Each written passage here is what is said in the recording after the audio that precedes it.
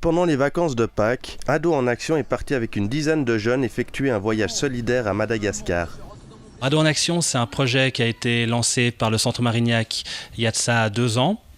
Il consiste à rassembler des ados entre 12 et 17 ans autour d'un projet commun. Un jour, avec ma collègue Virginia, en discutant aussi avec les jeunes, on s'est dit que ça pouvait être super intéressant de lancer un projet de type solidaire.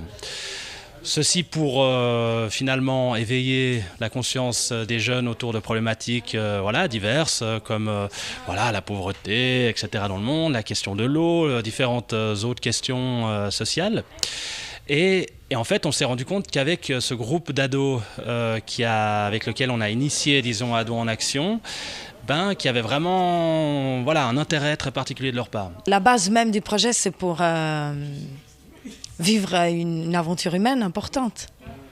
Voilà, donc ils se sont donné la peine, ces jeunes, de trouver les moyens ici à Genève, au Grand Nancy, en faisant les ventes de pâtisseries, les stands, etc., pour pouvoir, à la fin des fins, vivre quelque chose de différent, d'humain, d'aller à la rencontre de l'autre, et puis de connaître d'autres traditions. On devait choisir une destination, donc toute l'équipe voulait rester en Afrique.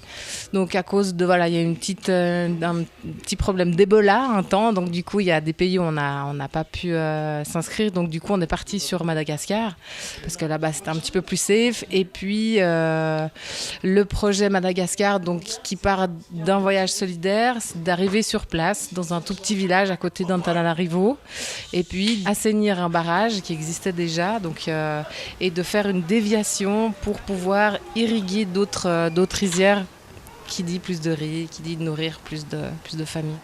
Ados en Action a mis la main à la pâte pour aider à la construction de ce barrage. Un rythme de travail et une expérience qu'ils ne sont pas prêts d'oublier.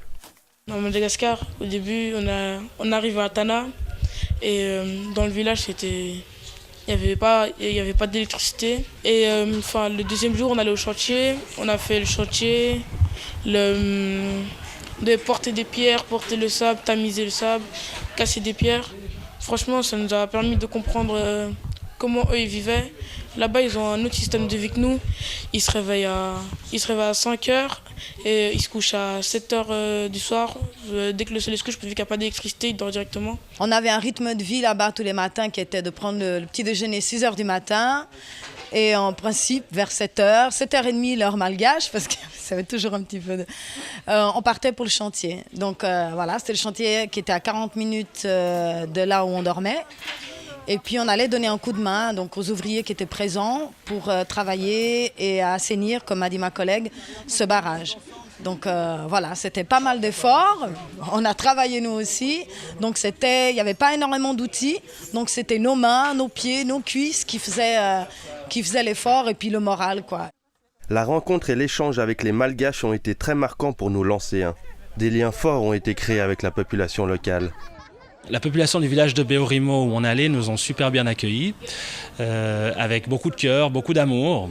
Donc on a pu vraiment se rendre compte aussi, de la manière dont vivent des paysans, des cultivateurs de riz à Madagascar, ce qui était extrêmement enrichissant pour nous. Et au niveau humain, ça a été aussi une expérience très forte de pouvoir en tout cas être en relation tous les jours, vivre avec une population qui est finalement qui est très loin de nous et puis qu'on connaît très peu. Ils étaient très, très accueillants, très sympas. Ils avaient à peu près notre âge, donc c'était bien. Je ne pensais pas qu'on allait autant avoir autant de liens finalement comme ça avec les gens. Mais les choses se font toutes seules et on a rencontré des gens juste formidables, juste incroyables, magiques, vraiment. Autant les jeunes que les travailleurs sociaux ont appris beaucoup de cette expérience.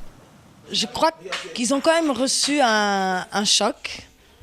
Je pense que ça leur a permis de se rendre compte de la chance qu'ils ont de vivre ici.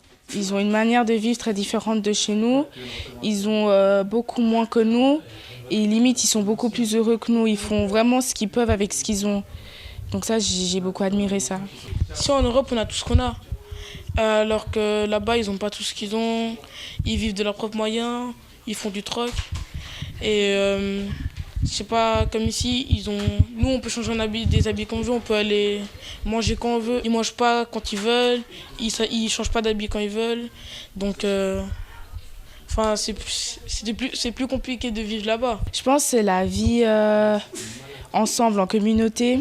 Je pense que j'ai pris beaucoup de ça parce que vivre avec autant de personnes, jour et nuit, c'est pas forcément facile. Et je pense qu'on a appris à plus s'écouter entre nous et puis à se respecter.